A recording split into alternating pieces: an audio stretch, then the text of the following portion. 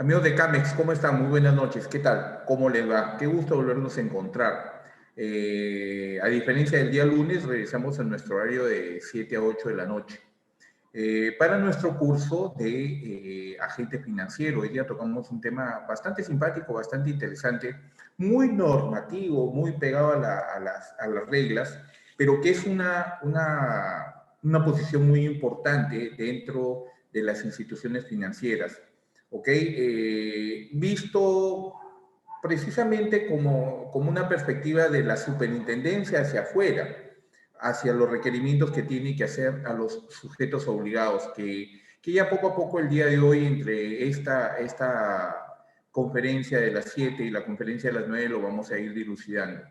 Está un poco movido el tema, no sé si llamarlo político o policial, porque realmente lo que está pasando, Linda, con muchas cosas delictivas inclusive, no se puede decir, pero bueno, tiene que ver con temas morales, pero no son esos temas los que nos convocan acá.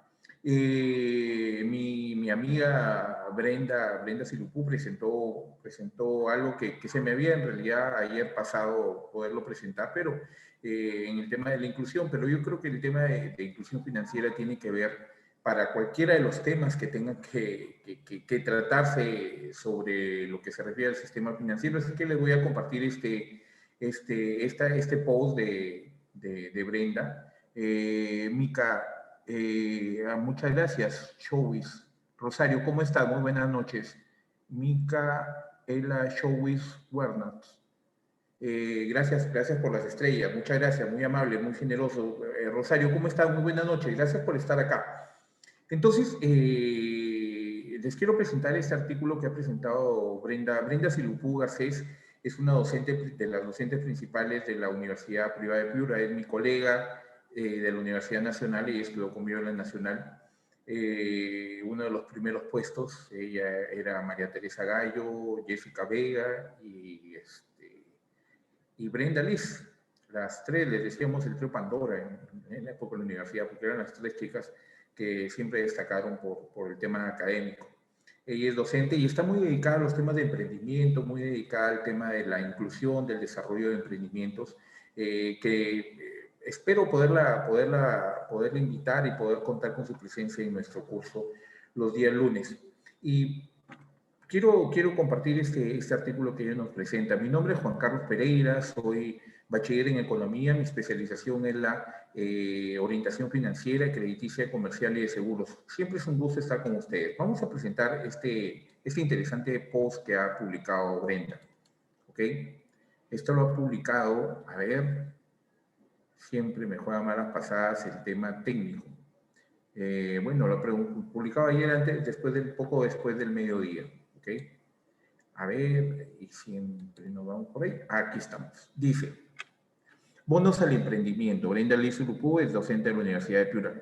Para reactivar la economía es necesario que se incentive el emprendimiento empresarial. Para ello, el gobierno debe otorgar un fondo de capital semilla para los emprendedores que desean iniciar o reactivar sus negocios, fomentando su formalización a través de la creación de un bono universal para ellos.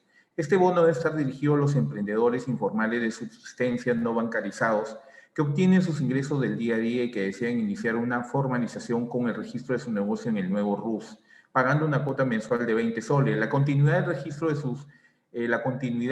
registro de sus ventas y el pago puntual de sus impuestos serían evaluados para que puedan acceder a otras alternativas de financiamiento, iniciando así su proceso de formalización. Asimismo, es necesario el acompañamiento y asesoramiento a este grupo de emprendedores con la participación de alumnos universitarios o de carreras técnicas que los ayuden en diversos aspectos de su gestión empresarial. El emprendedor que ya es formal puede emitir una constancia que podría ser aceptada como horas de práctica preprofesionales para los alumnos, un requisito que debe cumplir para graduarse. El primer paso para acceder a este bono es que el emprendedor deba de registrarse en la SUNAT y luego con su número de DNI lo recogerá en el Banco de la Nación. Después se publicaría la lista de empresas beneficiarias para que cualquier estudiante pueda contactarse con ellas e iniciar el proceso de acompañamiento. El incentivo para utilizar adecuadamente el dinero en el negocio sería que después de un periodo se evalúe la gestión de la empresa para ver si puede acceder a nuevas alternativas de financiamiento, capacitación y asesoramiento. Muy buena alternativa, muy buena alternativa que nos presenta Brenda. Yo creo que definitivamente después de este artículo necesariamente voy a invitarla a Brenda, espero que sea ya para este próximo lunes, para el curso de inclusión financiera que tenemos los lunes de 5 a 6 y de 7 a 8 de la noche. Espero que podamos contar con su presencia. Quiero iniciar esta conferencia haciéndoles siempre el conocimiento de que veíamos ayer, y aunque, por ejemplo, en el caso de Rosario Martel, que nos está acompañando en la totalidad de los cursos que estamos dictando hoy día, hasta en estas fechas, estamos en inclusión financiera los lunes, agente financiero los martes, miércoles con administración bancaria integral, perdón, jueves, viernes y sábado estamos con gestión integral de riesgos financieros. Lo que quiero comentarles es que no necesariamente tienen una concatenación específica estos cursos. Sin embargo, hay temas que podemos tratar porque son de una u otra forma complementarios con lo que vamos viendo a través de la semana. Es por eso que me tomo la libertad de hablar de algunos de estos cursos cuando estamos desarrollando otro, porque los temas se van dando y se van presentando de una manera que nos permiten hilar sobre ideas en común entre todos estos cursos. ¿Okay? Bajo esa perspectiva es que considero yo que mucho de lo que tiene que ver, y le voy a ser sincero, podría ser un poquito pesado ver el tema de prevención del lavado de activos. Así es, muchas gracias, Rosario, muy buen apunte. Podría ser un tema pesado el tema de prevención del lavado de activos, pero tiene que ver mucho con los lineamientos que hagamos nosotros de nuestro trabajo, más allá de lo normativo, más allá de la norma, de la regla, de la política inclusive de créditos o de riesgos que tengan nuestras instituciones financieras. Porque es importante que el cuidado que tengamos de nuestras carteras de créditos, de nuestros clientes en ahorros, sea preciso para evitar sanciones, situaciones sancionadoras de parte de la superintendencia y evitar algo muy importante que es el tema de lavado de activos y también el financiamiento del terrorismo. Entonces, bajo esa perspectiva, igualmente comentarles, y vamos haciéndolo ya con imágenes de nuestra conferencia, por favor. Está un poquito colorida hoy día nuestras presentaciones, pero siempre quiero darle vida, estamos en verano. Verano es la oportunidad del sol, de estar más alegre, de estar lo más iluminados posibles, aunque hace bastante calor. Me olvidé de traer mi ventiladorcito, que lo pongo aquí en la parte de abajo, pero igual el calor de estar con ustedes es muy buen atenuante del calor de la estación veraniega que nos está sancochando muchas veces. Hoy día he tenido una sancochada bastante fuerte con el calor. Sin embargo, siempre es importante poder compartir estas cosas y hacerles saber temas como que este tema a mí me ha remitido, al prepararlo, me ha remitido a hace 17 años más o menos y tal vez un poco más, 17, 18 años de mi carrera profesional, porque estando en la ciudad de Tarapoto, trabajando para la Caja Rural de Ahorro y Crédito San Martín, la CRAC San Martín, fui nombrado como oficial de cumplimiento. Y era una época, fíjense ustedes, en que no existía no estaba totalmente implementada la UIF, la Unidad de Inteligencia Financiera, totalmente, o sea, estaba en etapas muy incipientes, porque la UIF, de acuerdo a las informaciones, al planteamiento que tenemos, es del año 2002. Yo estoy hablando más o menos del año 2001, del año 2000, el 2001 me nombraron oficial de cumplimiento. Entonces, en esa época el tema era bastante rústico, porque no había la tecnología que tenemos hoy día y el control que se hacía era prácticamente manual. Entonces, y lo vamos a ver hoy, más adelante en las conferencias del día de hoy, el reporte de operaciones inusuales, el reporte de operaciones sospechosas. Bueno, creo que tuve solamente una sospechosa por ahí, no creo que haya reportado más, y aún cuando teníamos una situación muy especial, porque de nuestra agencia de Tocache, manejábamos una agencia en Tocache, teníamos una remesa semanal de entre 300 y 500 mil dólares, semanalmente. Que ya les he contado esta anécdota del problema que me generaba con los amigos del banco de crédito, porque llegaba esta avioneta normalmente entre 4 y 5 de la tarde, recibíamos la remesa de dinero y nos íbamos directamente al banco para depositarlo en nuestras cuentas. Y ya me veían llegar, pues, y me ponía una caraza, porque encima el billetaje que venía era de billetes de 10 y 20 dólares, imagínense 500 mil, el reconteo era bastante arduo, nos teníamos que quedar bastante tiempo. Tan es así que ya mi propia entidad generó un presupuesto para poderles brindar algo a los amigos del banco de crédito, una gaseosa, un pollo, inclusive por ahí alguna vez, por el servicio que nos brindaban, que era bastante satisfactorio. Lo cierto es que nosotros recibíamos eso de parte de un cliente, lo cual a mí particularmente como oficial de cumplimiento no me generaba demasiado problema burocrático, digamos así, porque era directamente del cliente, ¿ok? Sin embargo, al cliente sí se le generaron algunos problemas, aunque no estaba en esa época totalmente definido la posibilidad de las posiciones de los sujetos obligados. Entonces, no tenía mayor obligación de reportar o sugerir operaciones inusuales o sospechosas. Nosotros sí. Entonces, sí implementé esta política de acuerdo a los parámetros que en esa época habían. Es más, en esa época solamente era prevención de lavado de activos por narcotráfico.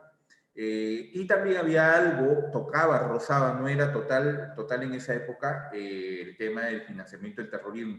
Sin embargo, los delitos por los cuales se pueden atribuir lavado de activos hoy en día se han ampliado en el tema normativo, porque la prevención del lavado de activos ya no solamente es estrictamente narcotráfico, sino también delincuencia común, trata de personas, prostitución, bueno, delincuencia común que incluye robo a bancos, etcétera, etcétera, y blanqueo de dineros por otro tipo de forma de hacerlo, ¿no? Entonces, con una unidad de inteligencia financiera que hace una labor hasta secreta, se puede decir, muy discreta. En la época que yo estaba no era tanto así. Nosotros teníamos que reportar, la gerencia reportaba, y si había un perico en los palotes a la cual yo le había, y que me pasó en algún momento, reportado un estatus de operación sospechosa, pues te confrontaban y le decían: perico en los palotes, ¿sabes qué? Juan Carlos Pereira ha reportado que tú has hecho una operación sospechosa. Entonces te podían confrontar con la persona y imagínate si te hubiera tocado que sea realmente alguien dedicado a actividades ilícitas, ¿no? Era muy peligroso. Estuve en el cargo y en esa época no existía la obligatoriedad de dedicación exclusiva. Hoy hay una posibilidad de que seas a dedicación exclusiva o no a dedicación exclusiva, pero tiene ciertos parámetros de cumplimiento respecto a ese estatus. En esa época no. En esa época yo podía cumplir mis funciones de jefe de operaciones, mis funciones como administrador de agencia, y la labor como oficial de cumplimiento no era dedicación exclusiva. Sin embargo, los tiempos fueron cambiando y ahora es un tema bastante mucho más fuerte. Tan es así que existe la unidad de inteligencia financiera de la Superintendencia de Banca y Seguros, ¿ok?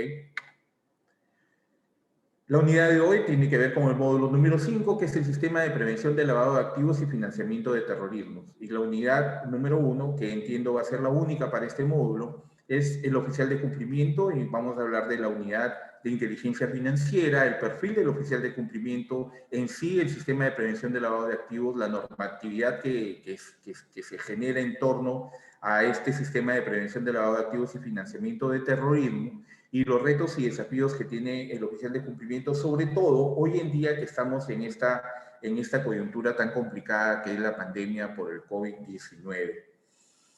Y hay algo que a mí me quedó muy marcado respecto a este sistema de prevención de lavado de activos, y que creo yo que es importante que lo traslademos a todas las actividades que nosotros tenemos como agentes del sistema financiero, ya sea para atención al usuario financiero, en los diversos tipos de créditos o productos y servicios que el cliente requiera, en nuestros jefes de operaciones en su atención al público, el mismo cajero en la atención al público, el analista asesor de crédito, el gestor de cobranzas inclusive, el pignoraticio, o sea, todas las unidades de negocio deben tener por norma, y que no es una norma totalmente escrita, pero sí está dentro de los alcances del sistema, del manual de prevención de lavado de activos y financiamiento de terrorismo, que debe existir en todas las entidades que son sujetos obligados, en este caso, sobre todo las entidades financieras. Y que debe determinar aquellos mecanismos de prevención, pero hay uno que es fundamental, que es la política de conoce a tu cliente. No hay mejor sistema o mecanismo de prevención en cuanto al tema de lavado de activos y financiamiento de terrorismo que la política de conoce a tu cliente.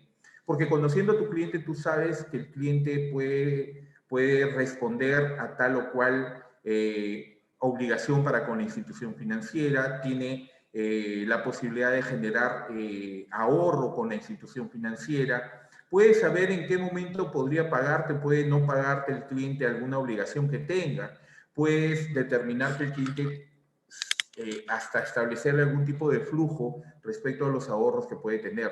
Ya hay un sinfín de experiencias que nos muestran que esto es totalmente valedero, ¿no?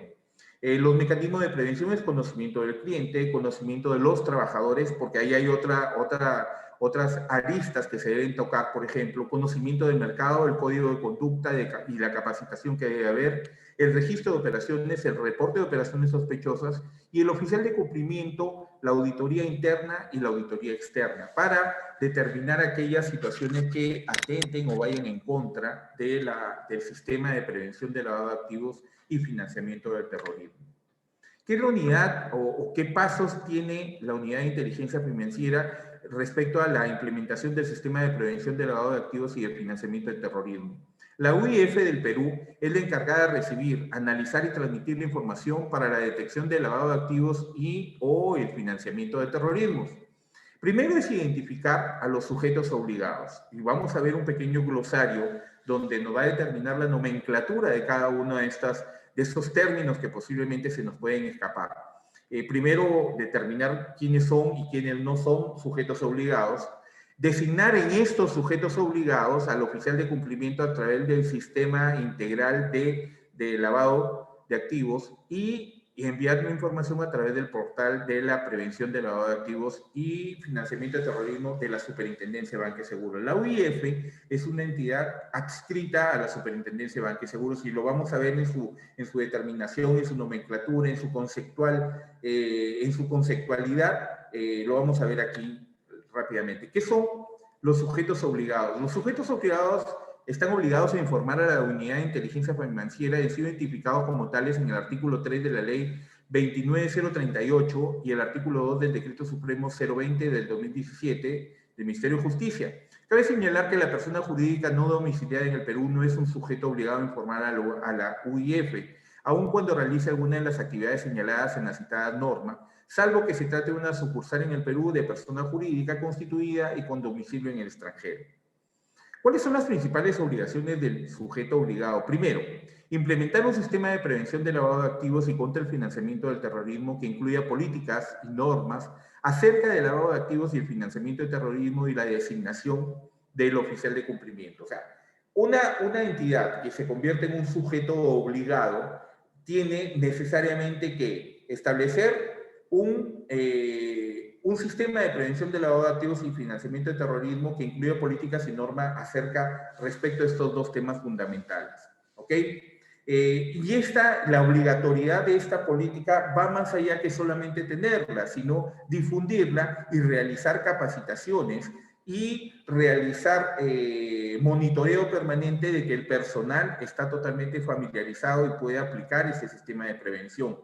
Les cuento, en todas las entidades donde yo he laborado, en las entidades financieras donde he laborado, el sistema de prevención era evaluado, yo creo que un mes sí y un mes no, permanentemente. Permanentemente teníamos charlas y rendíamos algunos exámenes para determinar los grados de conocimiento que teníamos del sistema de prevención de lavado de activos y financiamiento de terrorismo.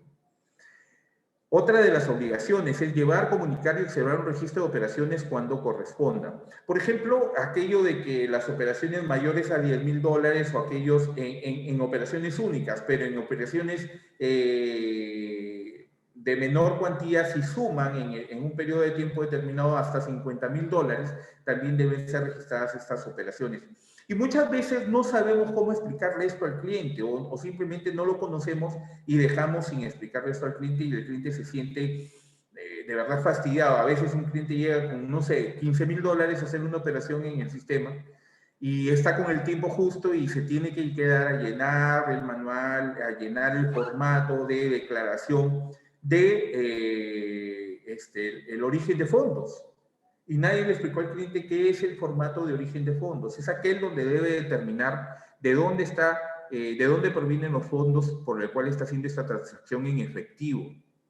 Y muchas veces el cliente que no sabe, no está acostumbrado a hacer esto, se fastidia porque le hace perder tiempo precisamente y a veces se tratan de situaciones totalmente privadas que el cliente no quiere declarar, sin embargo está totalmente obligado por ley a hacer esta declaración de proveniencia de fondos. Es importantísimo y es una obligación legal, no es algo que pueda dejar de hacer. El cliente no se puede retirar de la institución si no termina de realizar ese reporte. Prevenir las otras obligaciones. Continuamos con las obligaciones del sujeto obligado. Prevenir, detectar y comunicar a las entidades, a la unidad de inteligencia financiera, operaciones sospechosas cuando corresponda, así como atender oportunamente las solicitudes de información que realice la unidad de inteligencia financiera para el cumplimiento de sus funciones.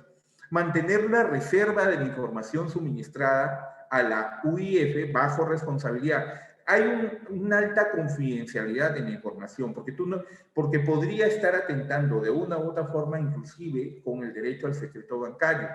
Sin embargo, la obligatoriedad de tener que hacer los reportes existe. Entonces, el guardar discreción es mantener, a pesar de cumplimiento de normas sobre tener que informar que Juan Carlos Pereira le ha enviado a Rosario Martel $25,000 y con proveniencia, no sé, de la venta de un terreno, sin tener que divulgarlo públicamente, hay que hacer el reporte respectivo y la unidad de inteligencia financiera determinará, de acuerdo a sus proyecciones, de acuerdo a los estudios que realice, si esta operación requiere un seguimiento, requiere determinarse como operación sospechosa. ¿Ok? Pero ya les dije al comienzo, una de las mejores medidas para la prevención de los mecanismos de prevención de lavado de activos es el conocimiento del cliente. Si tú sabes que Rosario Martel es una cliente que todos los meses, producto de su sueldo, no ahorra en el mismo banco donde le deposita su sueldo porque tiene la preferencia por el banco donde tú trabajas. Si Rosario llega todos los meses con, no sé, 1,500 soles a depositar, y te dice, Juan Carlos, fíjate, ¿qué tal? ¿Cómo estás? Sí, tú me ves todos los meses porque mira, yo recibo mi sueldo y deposito, ahorro 1,500 soles que quiero que lo pongas en mi cuenta de ahorro. No sé, abrir un plazo fijo. Todos los meses abro un plazo fijo con 1,500 soles. Está bien. Sin embargo, después de, no sé, 2, 3 años que tiene esa rutina mensual, Rosario, contigo, aparece Rosario con $25,000. Y te dice, no, sí, acabo de recibir un dinerito, allá me llena la proveniencia de fondos y todo, y te dice, venta de un vehículo. Venta de un vehículo. 15 días después, Rosario viene con $15,000. Venta de otro vehículo. Y no te trae documentos ni nada. Entonces, ya las operaciones que, la primera ya era una operación inusual, porque Rosario todos los meses venía con 1,500 soles, 1,500 soles, 1,000 soles, 1,500. Esos eran los rangos en los que se movía. Sin embargo, ha comenzado a traer operaciones que son de mucho mayor cuantía. Y de igual forma tienen que ser registradas en el registro de operaciones. Inicialmente, y después de hacer un seguimiento, inicialmente tú dices, bueno, es una operación inusual, pero podría convertirse en sospechosa si ya esto se da rompiendo estos esquemas y con una regularidad que no corresponde a que tú sabes que Rosario tiene un sueldo que es, no sé, pues aproximadamente 4,000 soles, de los cuales tiene un determinado ritmo de vida y eso le procura, aun cuando podría tener algún tipo de estrechez económica, le procura la posibilidad de poder ahorrar 1,500 soles al mes. Y de pronto Rosario comienza a venir con esos $25.000 una vez, $15.000 otra vez, y ya la ves con ropa distinta, y ya la ves con atuendos diferentes que no, más o menos no corresponden al nivel de que tú estimas que sea, ¿no? Porque conoces a Rosario como cliente, entonces ya se tiene que reportar. Lamentablemente es así. Se tiene que reportar bajo la responsabilidad de que no es divulgación de carácter público, sino tienes que informarle a la superintendencia a través de la UIF, y la UIF ya tomará las medidas pertinentes y te indicará. Producto de este tema de lavado de activos, en la época que yo fui oficial de cumplimiento y también era al mismo tiempo el jefe de operaciones, recibíamos las comunicaciones de la Superintendencia de Banca y Seguros y de la misma SUNAT cuando existían a personas que llevaban procesos por temas tributarios. Pero del lado de la Superintendencia habían, y lo vamos a ver más adelante, por ejemplo, los PEP, los políticamente expuestos, que tienen que hacer declaraciones adicionales porque por el tema de ser políticamente expuestos, tienen requerimientos que tratan de manejar el tema de que no estén aprovechando su puesto como personajes públicos, políticos, y estén haciendo cosas indebidas.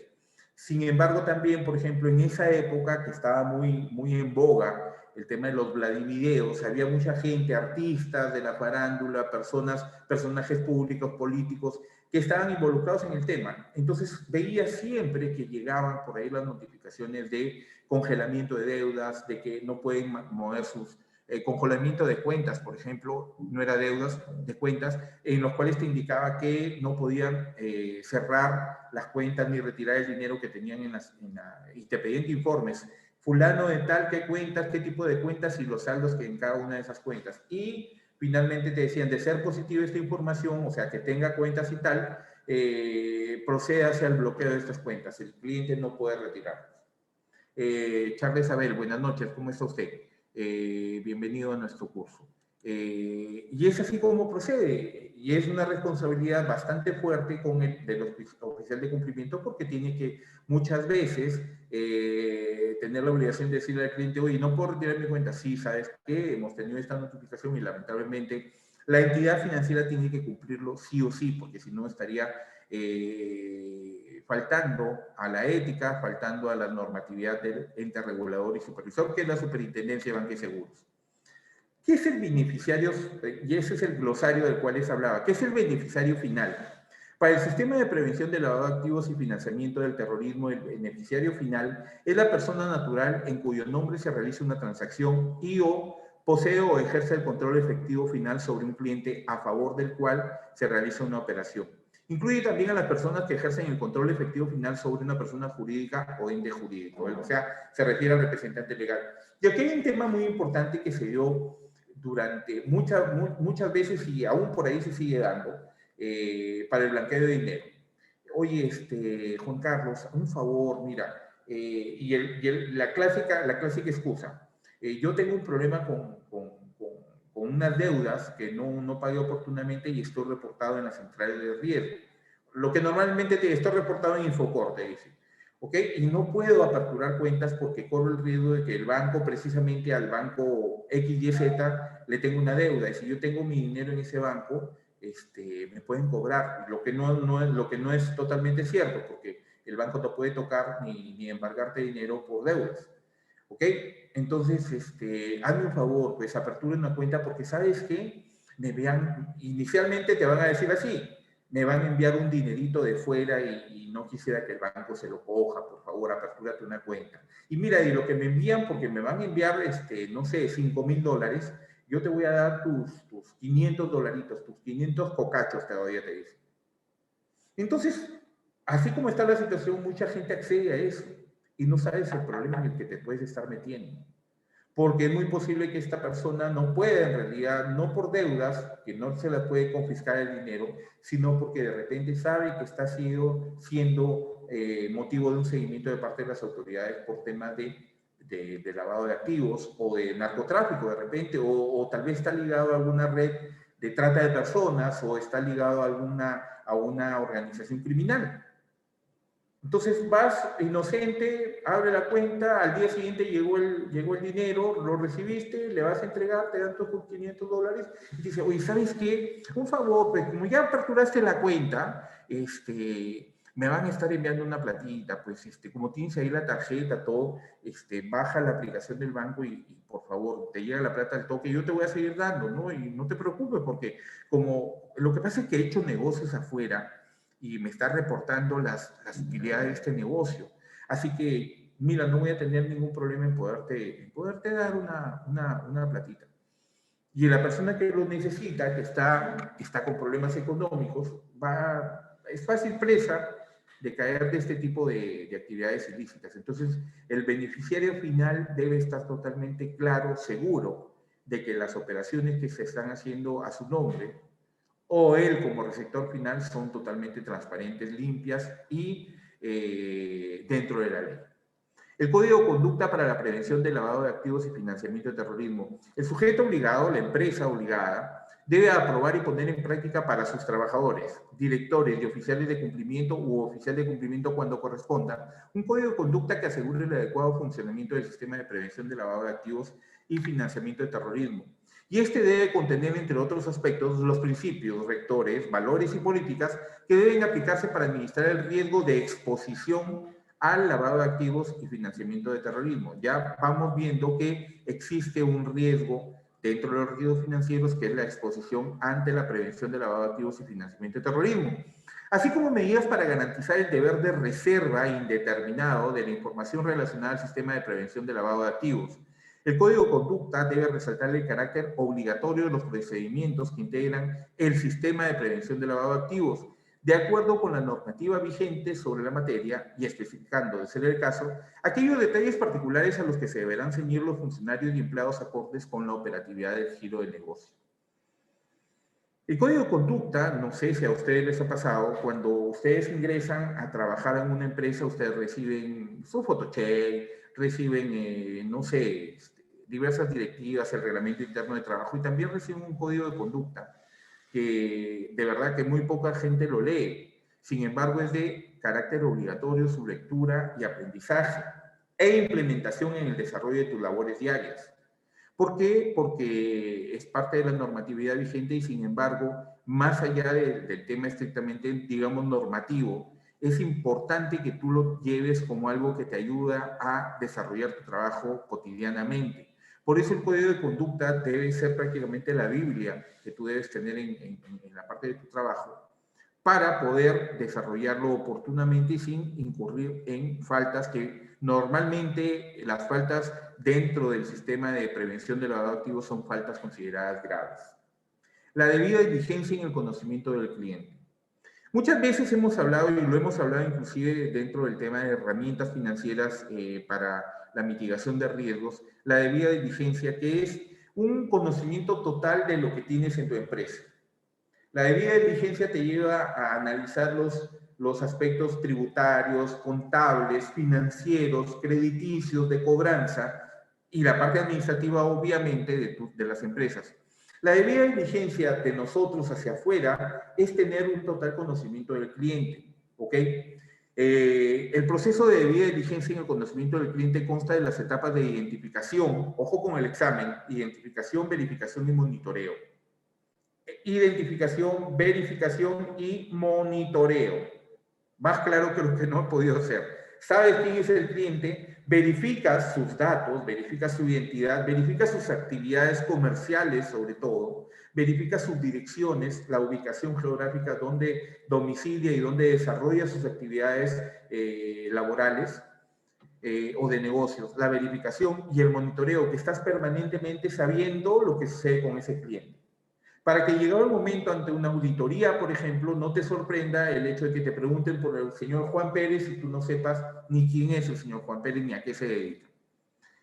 El financiamiento del terrorismo es un delito tipificado en el literal F del artículo 4 del decreto de ley número 25.475 y sus normas modificatorias, el financiamiento del terrorismo. A ver, y me voy a detener en algo que de verdad que la conceptualización que te dan es como aquello, corriendo, buscas en el diccionario, acto o acción de correr. No te dijo nada.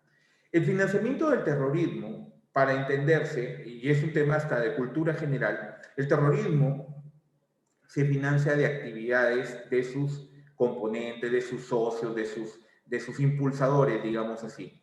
Y va por diferentes tipos de actividades, que una rifa, que un diezmo inclusive de parte de sus afiliados a su red criminal, que hay aportes de por medio. Entonces, el financiamiento de terrorismo viene por diversas fuentes.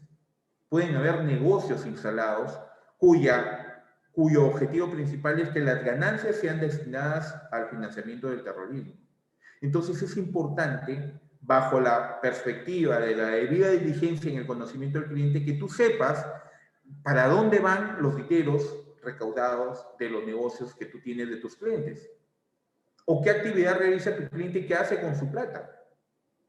Porque podría ser bien raro que alguien que le vaya tan bien nunca lo ve bien, por ejemplo. ¿Te das cuenta? ¿Por qué? Porque lo que tiene prácticamente lo está siendo trabajado para otra finalidad, en este caso el financiamiento del terrorismo. Un grupo económico es el conjunto de dos o más personas jurídicas y viene al caso, por lo que vamos a ver más adelante, respecto al tema del oficial de cumplimiento y también la exclusividad o no exclusividad en las acciones que realiza el oficial de cumplimiento. El grupo económico es el conjunto de dos o más personas jurídicas nacionales o extranjeras en el que una de ellas ejerce control sobre la o las demás empresas, o cuando el control sobre las personas jurídicas corresponde a una o varias personas naturales que actúan como una unidad de decisión, ¿ok? Como una unidad de decisión. El Manual de Prevención del Lavado de Activos y Financiamiento de Terrorismo. Aquí es importante que sepamos que todos los sujetos obligados, todas las empresas que son sujetos obligados, deben contar con el Código de Conducta y con el Manual de Prevención del Lavado de Activos y de Financiamiento de Terrorismo.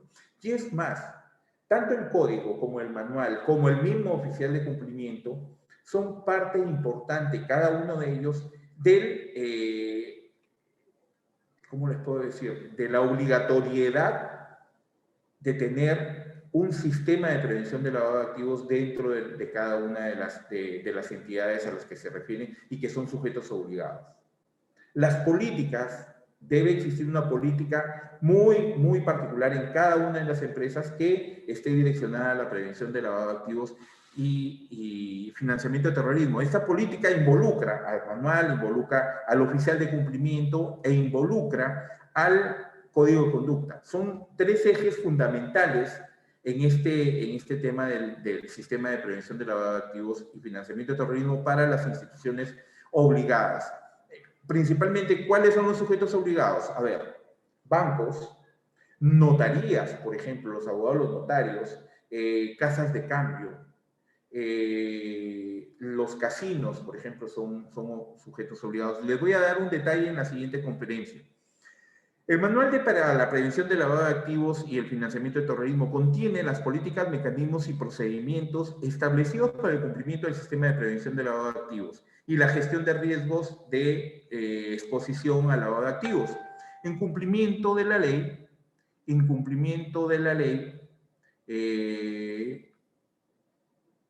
su reglamento y demás disposiciones emitidas sobre la materia, el lavado de activos. Debe ser observado y aplicado por el sujeto obligado, sea persona natural o jurídica, sus trabajadores, incluido el oficial de cumplimiento, así como por los accionistas, por los socios, por los asociados, directores, gerentes, administradores, apoderados, representantes legales y demás directivos, dependiendo del tipo de persona jurídica que se trate. Es decir, un sujeto obligado, sea persona natural o jurídica, tiene que cumplir sí o sí con contar con un manual para la prevención del lavado de activos y financiamiento del terrorismo. Es una obligatoriedad penada inclusive con temas penales. ¿Ok? No es de acciones civiles, es de acciones penales. ¿Por qué? Porque la prevención es sobre delitos que son punibles de sentencias penales. ¿Ok? Las operaciones inusuales son aquellas operaciones cuya cuantía, características particulares y periodicidad, sobre todo, no guardan relación con la actividad económica del cliente, quien salen de los parámetros de normalidad vigente en el mercado o no tienen un fundamento legal evidente. A eso me refería cuando hablábamos del ejemplo y que ponía a Rosario Martel como ejemplo.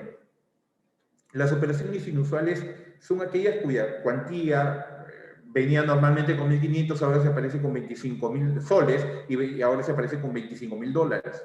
Características particulares y periodicidad. O sea, por ejemplo, una de las características muy claras de operaciones inusuales es aquella que no guarda necesariamente una periodicidad. Porque vamos, tienes a un cliente XYZ que viene haciendo depósitos todos los lunes, pero tú haces un buen cliente sospechoso. No, aún no se le denomina cliente sospechoso, Rosario. Cuando hay una operación inusual, estás todavía en el tema, digamos, de seguimiento, de ver si esta posibilidad se convierte en sospechosa, y justamente era el ejemplo que iba a dar. Porque de repente tienes un cliente que por ahí, cuando comenzó a ser cliente tuyo, no jugaba panderitos, no jugaba, ¿cómo se llama esto? Este ahorrito que tienen los panderitos, ¿no? Las juntas, ahí está, las juntas, que pueden generar muchos problemas, ¿sabes? Sobre todo en temas crediticios, pero ese es harina de otro costal. Y de pronto esta señora comienza a jugar sus juntas y de pronto todos los lunes viene con cierta cantidad de dinero. Jan, ¿cómo está? Buenas noches, bienvenido a nuestro curso. De pronto todos los lunes comienza a venir y ya encuentras una periodicidad y sabes que esta señora juega sus juntas y, bueno, puede ser algo que primero no está normado, segundo que no es ilegal, pero no es algo totalmente formal el tema de las juntas, pero es algo que está realizando la señora en concordancia con otras personas, ¿ok? Sin embargo, dices, la señora todos los lunes, pero por ahí te viene un martes con un monto mucho mayor, no viene una semana y se aparece un miércoles de la siguiente semana con un monto mucho mayor todavía, ya eso se podría convertir. No puedes determinar, Rosario, ahí si es una buena atingencia que tenemos que dar. No hablas de clientes sospechosos o de clientes inusuales. Se habla de las operaciones inusuales que podrían, a ver, Jan, dime, Jan, estabas levantando la mano, ¿en qué podemos servirte? Si de repente a través del chat nos puedes indicar cuál es la observación o cuál es la pregunta que tienes. A ver, vamos a buscarlo. No está. No está acá. A ver, salió una levantada de mano. Bueno, entonces no es la calificación de cliente sospechoso, Rosario. Las operaciones tienen un registro. Y este registro de operaciones pueden reportar operaciones inusuales, como la que acabamos de ver, cuya cuantía, o sea, cambia definitivamente los montos de depósito, por ejemplo. Características particulares y periodicidad sobre todo. O sea, montos y periodicidad son las características más saltantes. No guarda relación con la actividad económica del cliente. O sea, tú puedes saber que el cliente hace sus juntas y todos los lunes viene y te deposita el producto de sus juntas. Pero de pronto cambia esa periodicidad, sigue viniendo los lunes por lo de la junta, pero de pronto, no, me salió un negocito y pum, viene con una cantidad mucho mayor, diferente a lo que normalmente trabaja. Viene después con otra cantidad, viene y retira y vuelve a depositar. O sea, el esquema se cambió totalmente para ese cliente. Ya de inusual puede convertirse en una operación sospechosa, aquella de naturaleza civil, comercial o financiera que tengan una magnitud o velocidad de rotación inusual. Es decir, que no normalmente lo pueden realizar siempre, que no normalmente lo realizan. Aquellas de naturaleza civil, comercial o financiera que tengan una magnitud o velocidad de rotación inusual, o condiciones de complejidad inusitada o justificada que se presuma proceden de alguna actividad ilícita o que por cualquier motivo no tengan un fundamento económico o lícito aparente. De pronto alguien se apareció con que, ¿sabes qué, Juan Carlito? Mira, estoy aperturando una cuenta para una nueva empresita que estoy armando. Ay, ¿de qué es empresa? No sé, tú sabes que el cliente tiene una bodega y de pronto quiere abrirte una zapatería. Raro. Y viene con tengo mi capital que es de esta naturaleza. mucho más grande que lo que tú sabes que normalmente mueve el cliente. Ya se convierten en operaciones que van más allá de lo inusual, ya rayan con lo sospechoso. Y es importante tener que guardar ese registro de operaciones porque como informe de oficial de cumplimiento tienes que hacer un reporte permanente.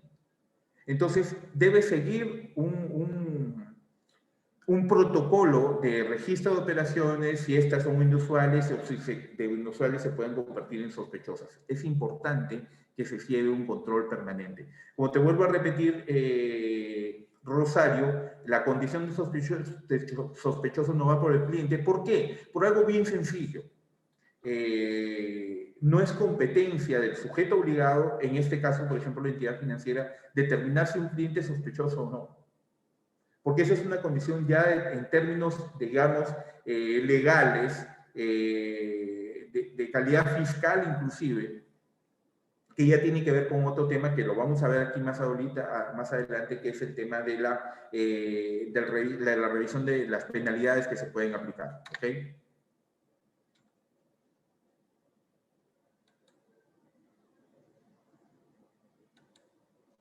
El oficial de cumplimiento, OC, es la persona natural designada por el sujeto obligado responsable de vigilar la adecuada implementación y funcionamiento del sistema de prevención de lavado de activos.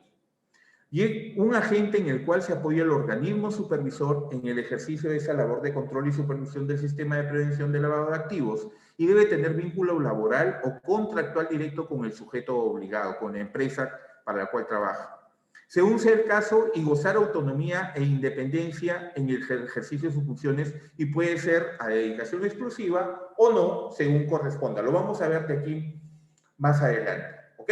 El oficial de cumplimiento juega el rol fundamental porque él es el que va a llevar a cabo el desarrollo del sistema de prevención del lavado de activos para la institución, en este caso el sujeto obligado donde él está laborando. ¿Qué son las personas expuestas políticamente o personal políticamente expuesto, las PEP? Son personas naturales, nacionales o extranjeras que cumplen o que en los últimos 5 años hayan cumplido funciones públicas destacadas o funciones prominentes en una organización internacional, sea en el territorio nacional o en el extranjero, y cuyas circunstancias financieras pueden ser objeto de interés público. Se considera también como PEP al colaborador directo de la máxima autoridad de la institución. ¿Ok? El gerente general es un PEP. O el gerente general de la persona obligada o de la entidad obligada, del sujeto obligado, es un PEP. Es un políticamente expuesto. O sea, si viene el alcalde a aperturar una cuenta contigo, tiene que firmar una declaración. No es que vas a dejar de atenderlo. No es que el políticamente expuesto no pueda realizar negocios en el sistema financiero, pero debe exhibir, debe reportar, debe indicar su condición de políticamente expuesto. Si no lo hace, está incumpliendo con la ley. Y si la entidad financiera no procede a ese registro, también está incumpliendo con la ley. A veces, muchas veces, por desconocimiento se incumple en este punto. Sin embargo, hay forma de resarcirlo, de hacerlo de repente a destiempo, pero ya va a tomar algún tema de penalidad de parte del organismo regulador y supervisor, porque volvemos al punto inicial. El tema de conocer a tu cliente debe determinar a qué se dedica este cliente. ¿Cómo es posible que no sepas quién es el alcalde de tu ciudad? ¿Quién es no sé, el congresista que está representando a tu departamento, por ejemplo? Entonces es importante que se maneje esta información y que se maneje de tal manera que tú puedas hacer uso de ellas en forma responsable, porque igualmente no puedes atentar contra el derecho al secreto bancario de parte inclusive de las personas expuestas políticamente, las personas PEP. ¿Qué es la unidad de inteligencia? Hemos hablado mucho sobre el sistema de prevención de lavado de activos y financiamiento de terrorismo y no hemos hablado exactamente respecto a la unidad de inteligencia financiera. ¿Qué es la UIF, Unidad de Inteligencia Financiera? La unidad de inteligencia financiera es la encargada de recibir y analizar los reportes de operaciones sospechosas que envían los sujetos obligados como parte de sus sistemas de prevención de lavado de activos y financiamiento de terrorismo. De detectar un caso que se presume esté vinculado al lavado de activos, sus delitos precedentes o al financiamiento del terrorismo, se elabora un informe de inteligencia financiera que es enviado al Ministerio Público a fin de que actúe en el marco de sus competencias. La UIF se creó en abril del 2002. Se incorporó como unidad especializada a la Superintendencia de Banca y Seguros y AFP mediante la Ley 29038 del 12 de junio del 2007 y cuenta con autonomía funcional y técnica. ¿Ok? Entonces la UIF es aquella que recibe la información de todas las entidades financieras y todos los sujetos obligados. ¿Ok? El sujeto obligado le reporta, tengo operaciones, este es mi registro de operaciones. Y lo que se reporta normalmente son el registro de operaciones. Que por ahí se puede escapar alguna que no reportaste como inusual y que se podría haber convertido en sospechosa. Es la unidad de inteligencia financiera quien te debe coadyuvar a eso. Oye, mira, tienes a Juan Carlos que te deposita permanentemente 1.000 soles, 1.000 soles, y de pronto Juan Carlos ha venido con 25.000 dólares. ¿Qué pasó? Oye, y no lo ha reportado como inusual. ¿Eh? Ojo. Bueno, no importa. Ya lo subsanaremos. Y si, oye, Juan Carlos acá te ha depositado 750.000 dólares. ¿Que ha metido alguna casa? ¿Se ha sacado la tinga? ¿Qué pasó? Por eso, los registros del dinero con el que uno puede desarrollar siempre van a estar en exposición de los sistemas de control en general. En este caso, por ejemplo, la unidad de inteligencia financieras, que puede soltar una voz de alerta ante la posibilidad de que Juan Carlos, de donde Pecatamea, tiene este dinero. Es plausible de que sea dinero proveniente de actividades ilícitas, entonces se comienza a hacer un seguimiento. ¿Y qué hace la inteligencia financiera? Ella no determina, oye, Juan Carlos está cometiendo un delito, sino, ¿sabes qué? El Ministerio Público le informo que hemos tenido este hallazgo. Yo solamente cumplo con informarle, ya es cuestión de ustedes si es que generan un auto de investigación fiscal, de seguimiento, de investigación policial, no lo sé. Simplemente yo pongo sobre el tapete la información que hemos recibido de tal o cual entidad financiera o tal o cual sujeto obligado. Es así el mecanismo, así funciona. ¿Ok? Y es importante que el oficial de cumplimiento cumpla a cabalidad, desarrolle a cabalidad estas funciones, porque es un tema demasiado sensible en economías como las nuestras, que existen economías dinámicas y que tienen la posibilidad de, por ahí se puedan colar algunas actividades ilícitas que pretendan meter el dinero para darle una circulación legal.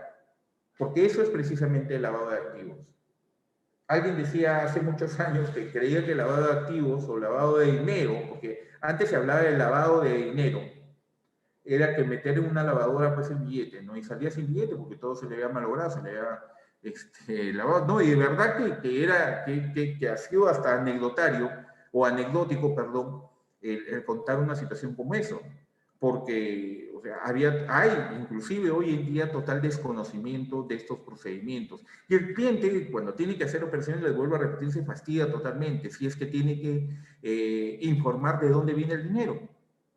Es la declaración jurada de proveniencia de los fondos que está realizando, con los cuales está realizando algún tipo de operación en efectivo. La Superintendencia de Banca y Seguros y AFP tiene una unidad de inteligencia financiera del Perú con ley 29038, que es el del Sistema de Prevención y Monitoreo de Lavado de Activos y Financiamiento del Terrorismo. ¿Ok? ¿Cuáles son las atribuciones de la UIF? A ver, tiene una situación de notificación, tiene una situación de análisis y tiene una situación de difusión. Los sujetos obligados, por ejemplo, venta de vehículos, empresas constructoras, compañías de seguros, cambio de divisas, las casas de cambio, martilleros públicos, notarios, etcétera, etcétera, etcétera. Ellos tienen un reporte de información que es, por ejemplo, el reporte de operaciones sospechosas, perdón, el ROF y el registro de operaciones.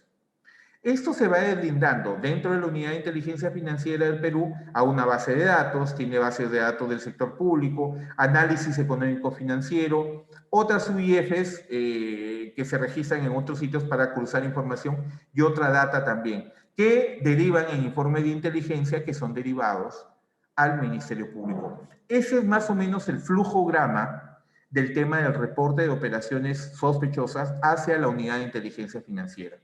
La Unidad de Inteligencia Financiera, entre otras funciones, también le corresponde establecer y coordinar con los organismos supervisores la regulación sobre la prevención del lavado de activos, incluyendo las infracciones y sanciones, el actuar como contacto para el intercambio de información a nivel internacional en la prevención y lucha contra el lavado de activos, liderar el Sistema Nacional de Prevención del Lavado de Activos, participando en la elaboración anual del Plan de Lucha contra el Lavado de Activos y Financiamiento de Terrorismo.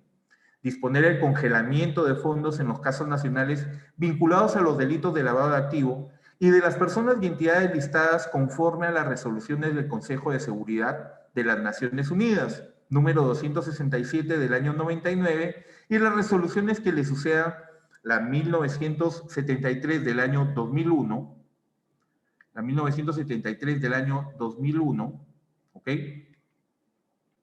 La 1718 del año 2006, entre otras, y regidas por la ley número 27693 y su reglamento respectivo. La unidad de inteligencia financiera es una unidad altamente especializada que va, entiendo inclusive que es hasta multidisciplinaria porque debe tener la posibilidad de discernir sobre la posibilidad, valga la redundancia, de diferentes actividades que correspondan a actividades financieras, actividades contables, inclusive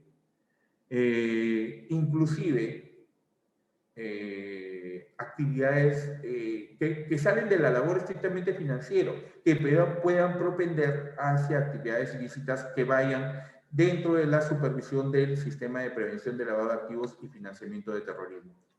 ¿Ok? El oficial de cumplimiento, y vamos a regresar a él, es que es el funcionario de nivel gerencial a dedicación exclusiva que reporta directamente al directorio. Tiene nivel gerencial, o sea, está en la línea gerencial y no le reporta a nadie más que al directorio, porque el directorio es de donde se demandan las políticas y es el oficial de cumplimiento el que establece las políticas de prevención de lavado de activos y reporta directamente al directorio. Es el encargado de identificar una operación sospechosa y reportarla a la UIF y vigila el cumplimiento del sistema de prevención e informa sobre su desarrollo y situación. Mediante solicitud debidamente sustentada, los sujetos obligados podrán solicitar ser excluidos de designar un oficial de cumplimiento a dedicación exclusiva. Es la persona de contacto del sujeto obligado con el organismo supervisor y la unidad de inteligencia y un agente en el cual se apoya el organismo supervisor. El sujeto obligado que sea persona natural puede ser su propio oficial de cumplimiento y es la persona designada como oficial de cumplimiento solo puede serlo de un sujeto obligado a la vez, salvo que se trate del oficial de cumplimiento corporativo que de acuerdo a lo establecido en la regulación sectorial. Esto quiere decir que yo solamente puedo ser oficial de cumplimiento para una entidad. Sin embargo, si esta entidad pertenece a un conglomerado, el conglomerado como tal, o sea, empresas XYZ, empresas ABC y empresas FXH, ¿ok? Estas tres empresas son de una misma matriz y tienen a un solo oficial de cumplimiento, porque se presentan como grupo económico.